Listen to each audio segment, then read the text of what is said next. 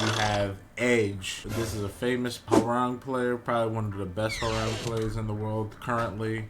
Very respected by Hwoarang players in America like Speed Kicks and K-Wiss. Top American and British performers in Tekken right now. All look up to this guy Edge. So we're going to review this match.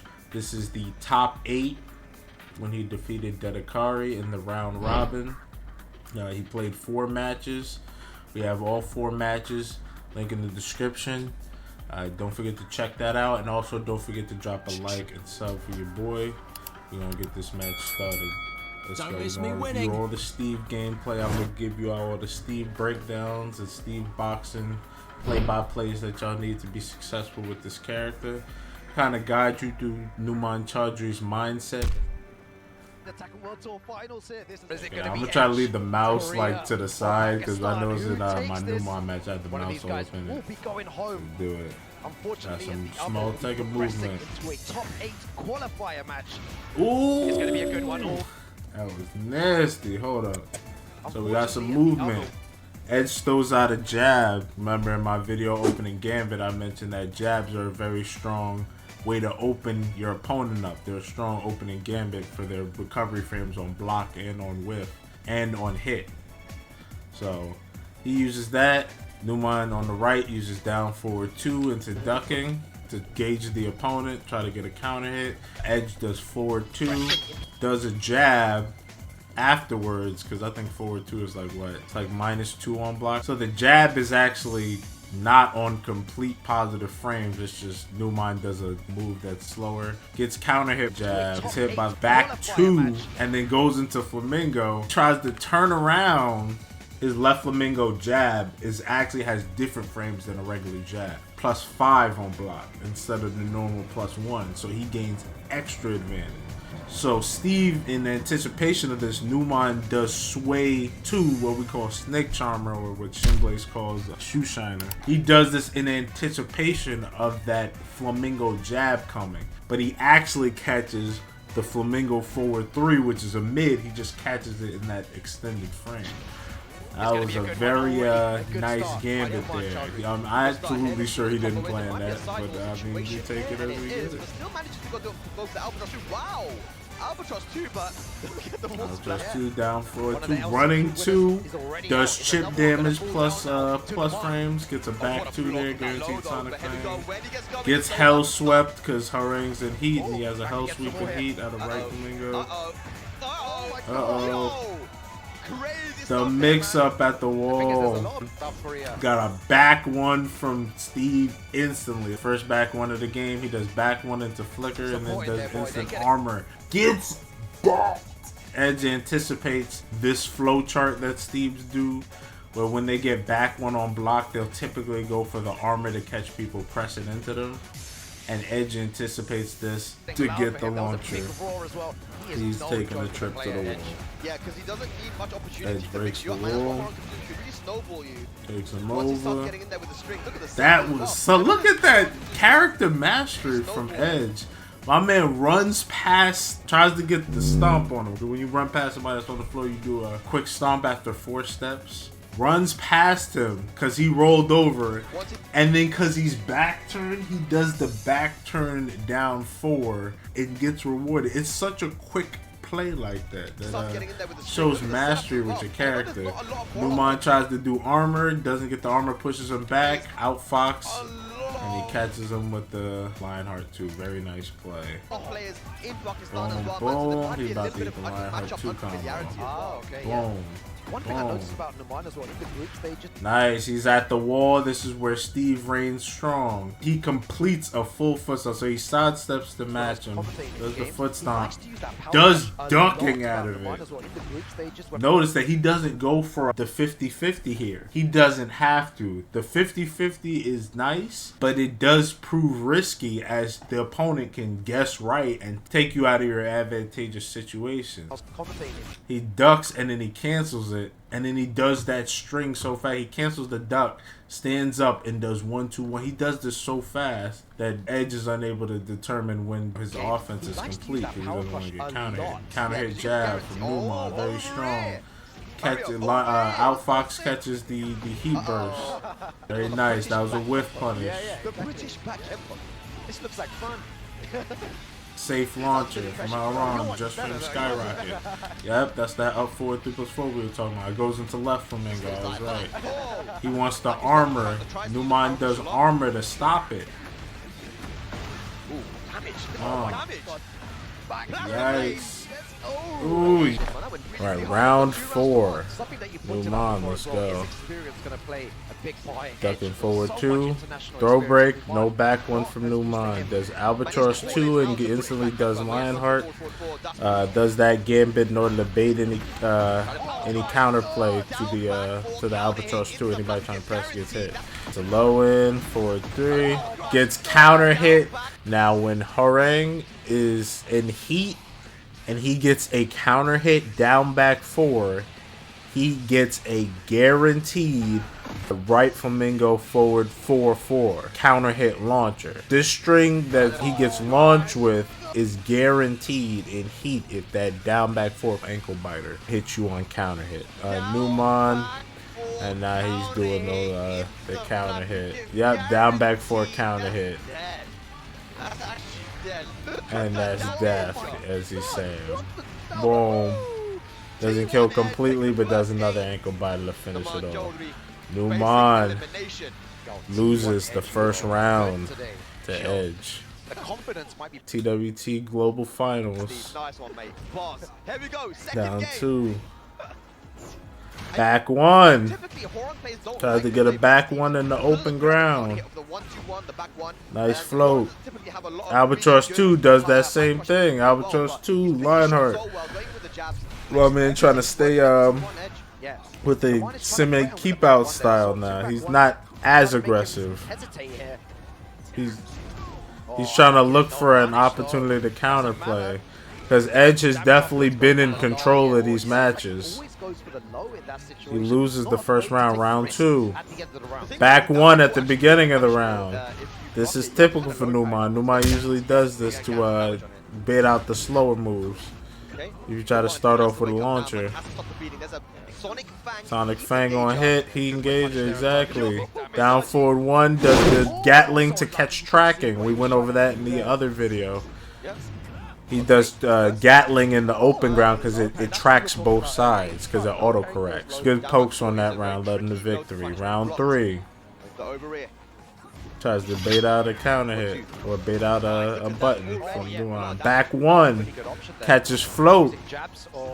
Doesn't counter hit launch, but it's just there as a reminder to, you know, like a speeding ticket, pretty much. That's what back 1 is. Back 1 is not a super threat. In this game, it's more like a speeding ticket. Like, oh, you're too aggressive. Let me get you. Boom. Up, big combo. He does the big car. He does the big boy combo. My man does the left weave 1-1 pickup. For any of my steeds that are unsure of how that combo works, Edge goes for the left flamingo, down back 4, which is a low. That leaves him in right stance. NUMAN reads this. Reads that he's going to do some type of pressure. LionHEART 2, he does, he actually is a bit cheeky. He uses some bar and does the instant duck forward 2 to do the combo. A little bit more damage. Very good. I actually haven't thought of doing that. So he does ducking forward 2, ducking 1, down forward 1-2-1. Flicker 1, Albatross 2. When you do Albatross 2 and do a heat dash out of it, if you did not do too many hits prior, you can actually re-lift them with a dash left weave 1-1 like right here. This is not something that your typical Steve player would do online, because it's not really an obvious combo string, because we're in year 1 of Tekken 8. But this is actually pretty much optimal. And you can hear Spaghetti Rip on the mic saying he'd never seen this combo before. This is one that Hwoarang Malik uses quite a bit. I believe I've seen Shinblade and Gohanify use it as well. This is what the true Steve's working on. The pioneers of Steve is doing that stuff right there. Back 2 to counter the high. Gets a guaranteed Sonic Fang, exactly. My man's doing a lot of armor in this round. Take note of the armor being used. So it seems like NUMAN's strategy for countering the more aggressive characters like the Hwoarangs and the Reinas are to use a lot of armor in order to stifle the offense of the opponent and go back on the offense. Up. Does over here. He catches the he's gonna do the same combo. Yeah, look at that. Optimal LionHEART 2 combos in heat. NUMAN takes it very quickly, I might add, too. I have never seen a Steve like that. This weekend has shown me. Yeah, my people are getting awakened to the power of Steve. Steve is quite strong. He's not top tier, but he definitely is a much more creative and player express character than he was in previous games. Don't forget to drop a like and sub for the boss. We're about to get into round 3. Let's go. The final match of the set.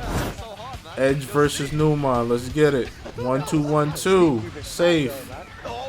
Up, catches the forward 4 again from Edge. This has been a constant in these matches. That's about the 4th time that's happened, 3rd or 4th.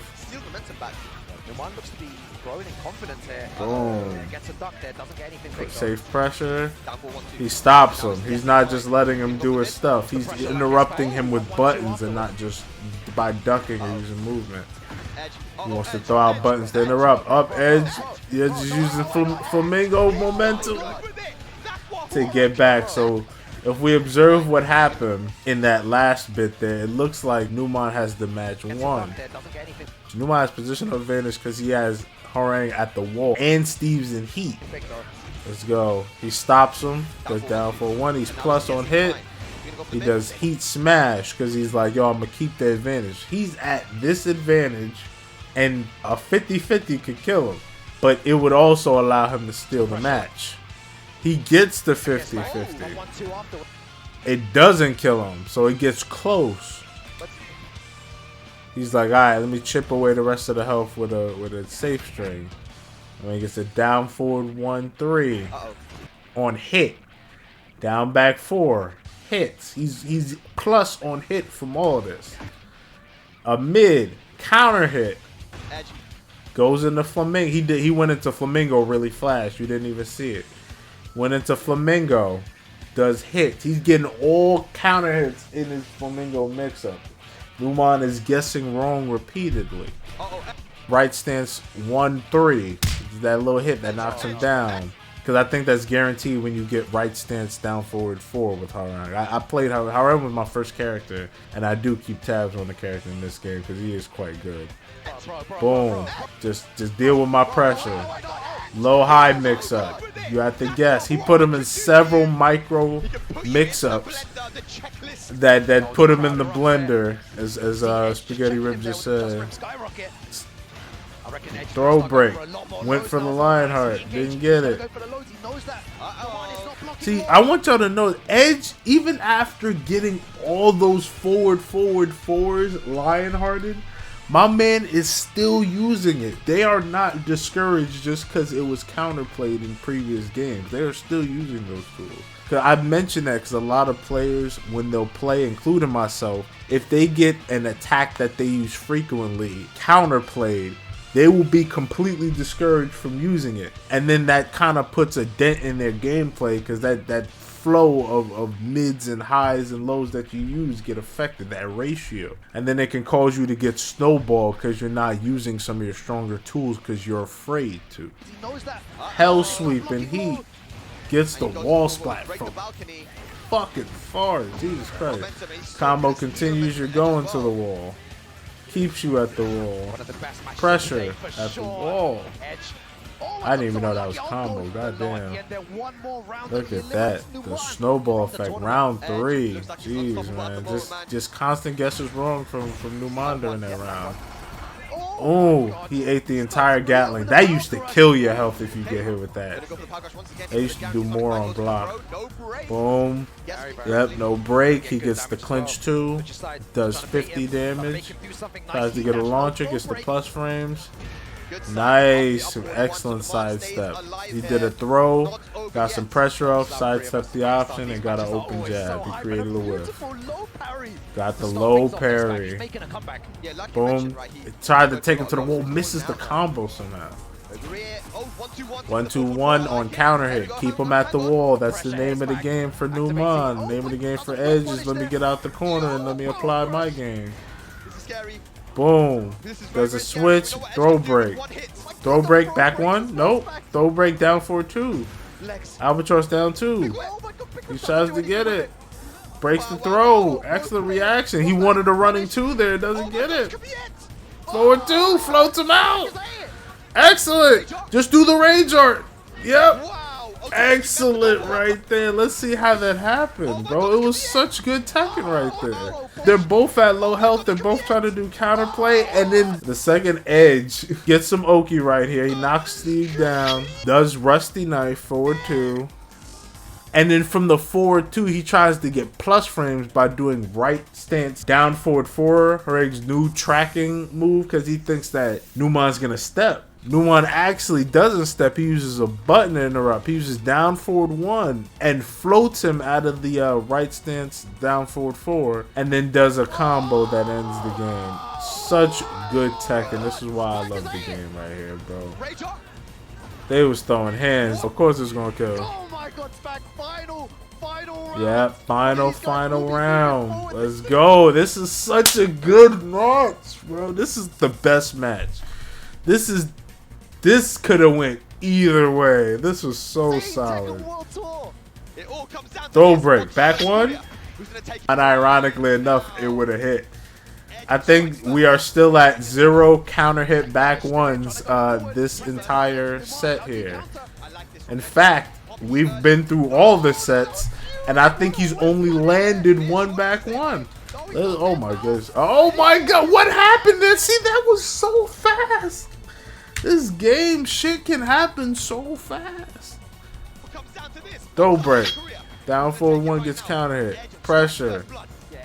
Back 1 right there on block. Oh my god, he's getting pushed slowly to the wall. He does the anticipation armor. Gets red, and then for that 1 misread, he dies at the wall, dog. So really, if we was to just tally it up, he gets poked. He gets poked twice and gets hit by the post. 3 pokes so far. Boom, does heat to not have to guess. Knocks him back, drives him close to the wall, and gets 1 good ass read with a heat smash. And then now he's dead. NUMAN goes home. You hate to see it, bro. He had an excellent tournament run so far, but because he lost to Daniel Motto first in that really tough gym match, and now he's going home right here. He fought Edge, one of the best Hwoarang players in the world, and he got pressured, bro. He got pressured, and his reads, or his anticipatory reads, are actually what led to his downfall right here. He tried to go for armor in the open ground at that last match there, when really I feel like he could have just used movement instead. This was the death moment right. He had so much health right here, so he gets knocked back, and he just assumes that his opponent is just going to immediately bull rush in and come in, which is why he does that armor and whiffs it, and then that's the huge whiff right there, bro. He was at the correct range, or he was at a range where movement would have mattered right here. They're about range too. We're in neutral right now, but he's using a move that would be more effective when you're at disadvantage at wall phase. So that 1 misread of the phases of play, link in description right here in our opening Gambit 2 video, we kind of go over this. Certain moves become stronger based on the phase of the game. Point is, certain attacks are higher priority at certain positions. Certain attacks get stronger based on their position. Certain homing mid attacks near the wall that push back, or fast attacks that push back, gain higher priority at the wall as they then become launchers due to their wall splat ability. primarily fast and homing mids that wall splat are high alert.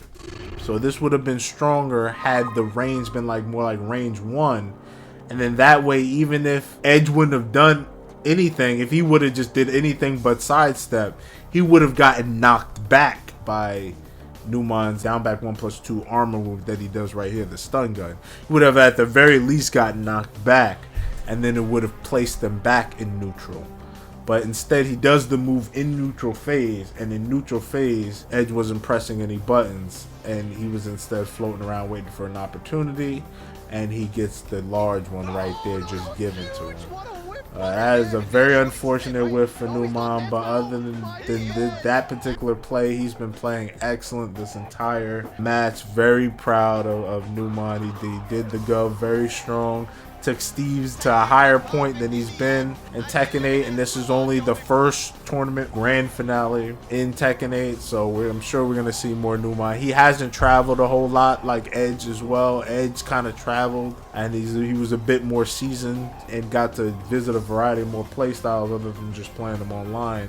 Whereas NUMAN just won a lot of the local games or local Pakistan tournaments and majors around the surrounding area, and then made it here based on those points. So hate to see it. The gov's out, but I will be coming back again for Tekken World Tour 2025. I really just reviewed the finals here, but I think if you guys are interested, I can go and review performance at the majors like Boz and other tournaments that are away, like CEO and all those tournaments where strong Steve players perform. You can even leave the plays you want me to watch in the comments. I'll watch Sinblade, Gohanify, some of our more local players. Code Red is another strong player. I can commentate those matches as well and sort of guide you into the mindset of what's being done here, because they kind of like optimize for multiple solutions. But I want to ramble on too long.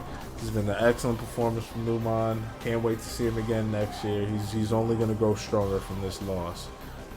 Don't forget to check out our How to Win Steve series. It's an intermediate level tutorial video course series that we have that takes the time through each video to break down the micro hidden mechanics of the game that Tekken does not make aware for you. I fleshed those out, and I like the phases of play and the opening gambits and gathering data from your opponent that you're playing.